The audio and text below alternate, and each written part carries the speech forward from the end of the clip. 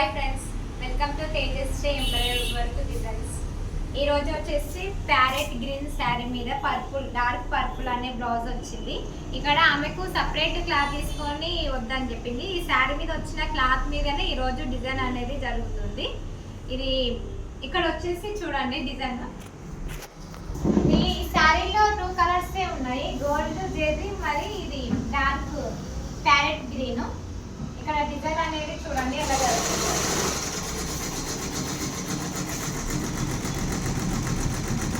ఇది క్లాత్ చాలా పల్చగా ఉంది.